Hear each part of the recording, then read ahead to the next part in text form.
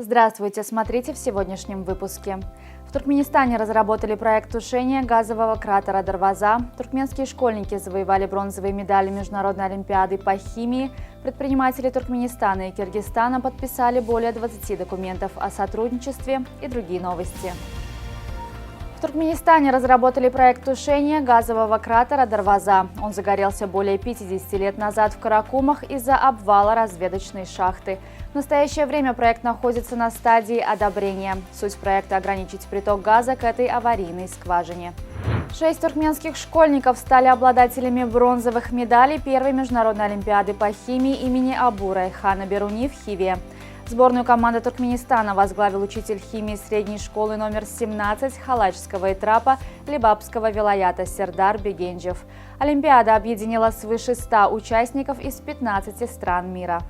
В Торгово-промышленной палате Туркменистана состоялась встреча представителей бизнес-кругов Киргизстана и Туркменистана, по итогам которой было подписано более 20 документов о сотрудничестве по различным направлениям совместной деятельности. Организаторами туркмено-киргизского круглого стола выступили посольство Киргизской республики в Туркменистане, Национальное агентство по инвестициям при президенте Киргизстана и Торгово-промышленная палата Туркменистана.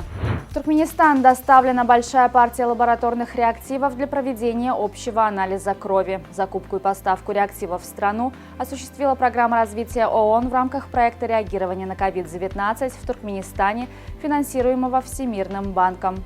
Общая стоимость закупленных реактивов составила $1 300 000.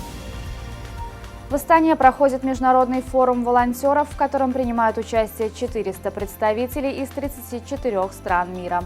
В Казахстане волонтерскому движению придается особое значение. За последние 3 года число волонтерских организаций в стране увеличилось до 680, в них входит более 200 000 человек.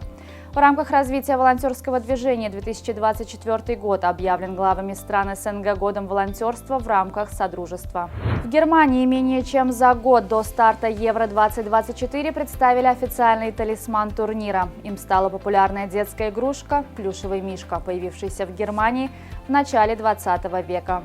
Медведь сначала посетил одну из немецких школ, а позднее был представлен публике на товарищеском матче между Германией и Колумбией. Молодежные сборные Туркменистана по баскетболу 3×3 принимают участие в матчах отборочного этапа Лиги наций в Дохе.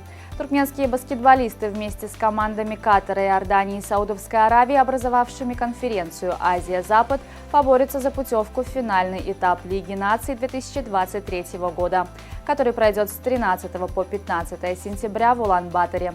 В составе туркменской делегации в Доху прибыли 15 человек, в том числе 12 спортсменов, генеральный секретарь Федерации баскетбола Туркменистана, член исполнительного комитета ФИБА Эйжа Бахар Махтумова, главный тренер мужской команды Тойли Байрыев и главный тренер команды девушек Ислам Тачмамедов. Сборная Ирана по футболу одержала победу над командой Узбекистана со счетом 1-0 в финальном матче Кубка наций Ассоциации футбола Центральной Азии. Мяч на 48-й минуте забил иранский форвард туркменского происхождения Сердар Азмун. Встречу обслуживала российская бригада арбитров во главе с Кириллом Левниковым. В матче за 3-е место команда Киргизстана потерпела поражение от сборной Омана 0-1. Этот розыгрыш Кубка наций КАФА 2023, стартовавший 10 июня, стал первым в истории.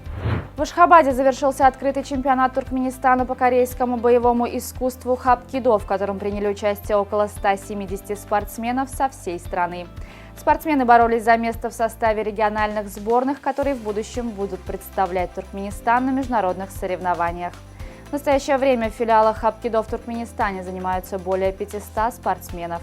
На сегодня это все. Желаю вам хорошего завершения дня. Увидимся завтра. И не забывайте, что Туркменпортал – ваш самый надежный источник новостей.